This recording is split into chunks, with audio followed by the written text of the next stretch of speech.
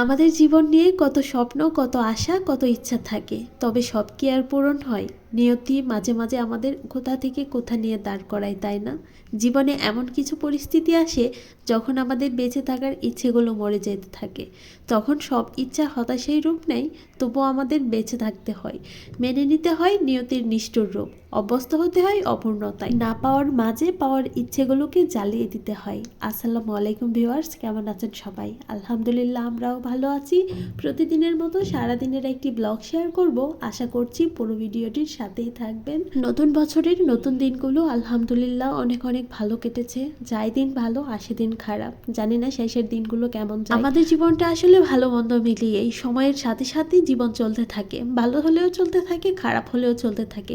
ভালো দিনগুলো তাড়াতাড়ি চলে যায়, খারাপ দিনগুলো মনে হয় যেতেই চায় না।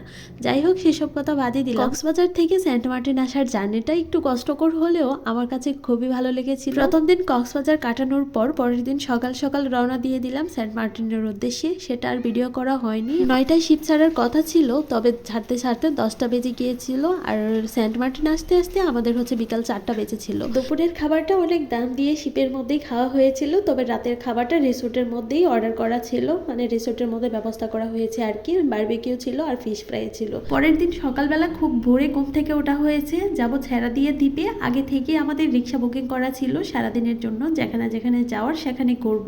সকাল 8টার পরেই নাকি সেখানকার গেটটা বন্ধ করে দেওয়া হয় আর ঢোকাই যায় না, তাই আমরা আর কি সকাল সকাল রওনা দিয়ে দিচ্ছিলাম। আমরা দুজনে হচ্ছে ফ্রেশ হয়ে রেডি হয়ে চলে আসছিলাম। ওয়াসি ঘুমিয়েছিল, ওকে ঘুমন্ত অবস্থায় যেমন ছিল তেমনই নিয়ে এসেছি। তখন যদি ওকে ঘুম থেকে সজাগ করতে যেতাম তাহলে আমাদের আর ছেড়া দিয়ে দ্বীপে আসা হতো না। আমরা তো ততক্ষণ পর্যন্তই হাঁটছিলাম যতক্ষণ না পর্যন্ত দ্বীপের শেষ প্রান্তে না যাচ্ছে। আকাশে এখনো চাঁদটা দেখা যাচ্ছে, সূর্য উঁকি দিবে দিবে এমন ভাব। আর আসার সময় আমি এই বোতলটা পেয়েছি, তাই সেখান থেকে পানি ভালো ঝিনুক নিয়েছি অল্প করে, কারণ সামনেই চেকিং করা হচ্ছে। আর বোতলের সাইজটাও যেহেতু ছোট ছিল, তাই আমি ওভারকোটের পকেটের মধ্যে নিয়ে নিয়েছিলাম। তারপর হচ্ছে আমরা অন্য একটা বিচের পাড়ে গেলাম, আর এটা হচ্ছে ছেড়া দিয়ে দ্বীপ থেকে আসার পথেই। আর এখানে দেখেন অনেকগুলো শামুক, ঝিনুক অনেক সুন্দর ছিল।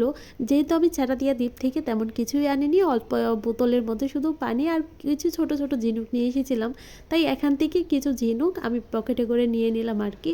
আমার কাছে তো ভীষণ ভালো লেগেছিল। সেখান থেকে রিসোর্টে এসে সকালের নাস্তাটা খেয়ে নিয়েছিলাম। তারপর দুপুর পর্যন্ত সাগর পাড়ে কাটানো হয়েছে, তারা গোসল করেছে, সব কিছু সেরে বাসায় এসে রেস্ট নিয়ে রাতের বেলা আবার একটু বের হয়েছিলাম আর কি।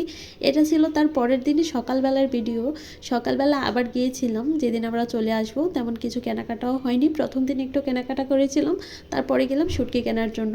পছন্দ মতো কিছু শুটকি কিনে নিলাম আর দেখছিলাম আর কি। এখানে খুব সুন্দর করে শুটকি শুকাচ্ছে। যেদিন এসেছিলাম সেদিন সকালবেলার ভিডিওটা তেমন করে করা হয়নি, আর এতটা পরিমাণ মানুষ ছিল আজকে আসার সময় ঠিক তেমনই। ভিডিওটি এখানেই শেষ করছি। কেমন হয়েছে কমেন্ট করে জানাবেন। সবাই অনেক বেশি ভালো থাকবেন, আমাদের জন্য দোয়া করবেন। আল্লাহ হাফেজ সবাইকে।